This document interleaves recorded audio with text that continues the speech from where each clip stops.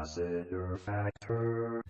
Happy New Year's Eve, all my movie-loving maniacs. This is your boy, Bankful B of the Lassiter Factor, and I thought I'd take a moment to give you my top 10 worst films of 2025. I'm going to save the best for 2025 last because, hey, let's end the year on a good note.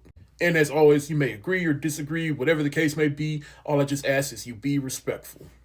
And we may have different worst lists, but these top 10 worst movies right here are just the 10 worst movies that, like, if I went my entire life without ever seeing them again, I will be content with that. So let's get into it. Coming in at last place is Tyler Perry's Finding Joy. And as you will see the rest of the video, Tyler Perry has 3 movies that will occupy 3 spots on this list. But Finding Joy, it's not bad, but at the same time, it's just boring. And say what you will about Tyler Perry movies, whether they're good or bad, one thing Tyler Perry movies are never is boring. Number 9 is The Old Guard 2, a sequel that, let's be honest, nobody didn't really ask for, but now since we do have it, it just really wasn't that good. At number 8 is another Tyler Perry joint, and that is Duplicity. Now, I will say this movie is slightly better than some of the other movies that came out this year, and even dare I say some of the other movies that he's made, but overall, when I look back on this movie, I just don't look back on it too fondly. And I'll give Tyler Perry credit for trying to say something about, the news and misinformation, but overall, his execution within this movie of it is just... At number 7 is a Minecraft movie, which I had absolutely no intention on seeing, but my nieces know I love movies and they wanted to see it, so me being the good uncle I am, I took them to see it, and as long as they enjoyed it, that's all that matters. But as far as my thoughts on this movie, I just didn't care, and having seen it, it was just one of the worst things that Hollywood could have put out. But like I said, if the kids enjoyed it, hey, that's all that matters. At number 6 is Love Hurts. Kihoy Kwan, I love you, and I hope you continue to get work after this movie because this movie was definitely not your finest hour. And Ariana DeBose, honey, you need to fire your agent because every movie you've came out with ever since you won the Oscar has just been miss after miss.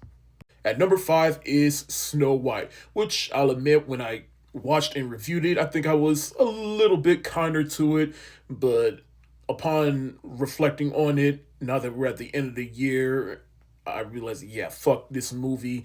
This is, well, definitely not the worst live-action Disney sequel I've seen, but I just didn't care for it when it was all said and done. And I think the reason I was a little nicer to it because I just really just didn't want to feed into the anti-woke crowd that was just hating on this movie for no reason. Now, granted, they were right, but for the wrong reasons. But after a while, just like, yeah, whatever, y'all can have this shit.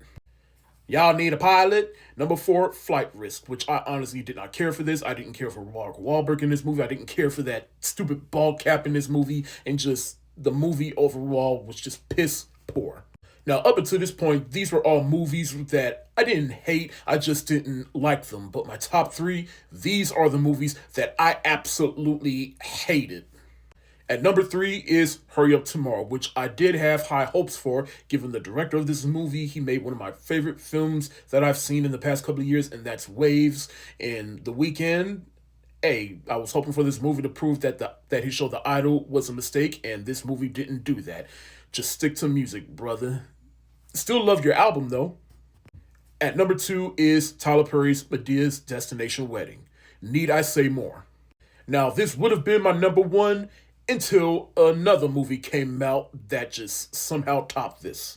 And that is War of the Worlds. This movie was so bad, it was good to a lot of people, but to me, it was just bad. When you have a movie that has been sitting on the shelf since COVID, that should tell you something. Perhaps one of the worst movies Ice Cube has ever been in. And this is one of the worst found footage movies via Skype cameras, computer cameras, whatever, surveillance.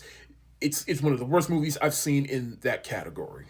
So those are my top 10 picks for the worst movies of 2025. Here's a quick recap via Letterboxd.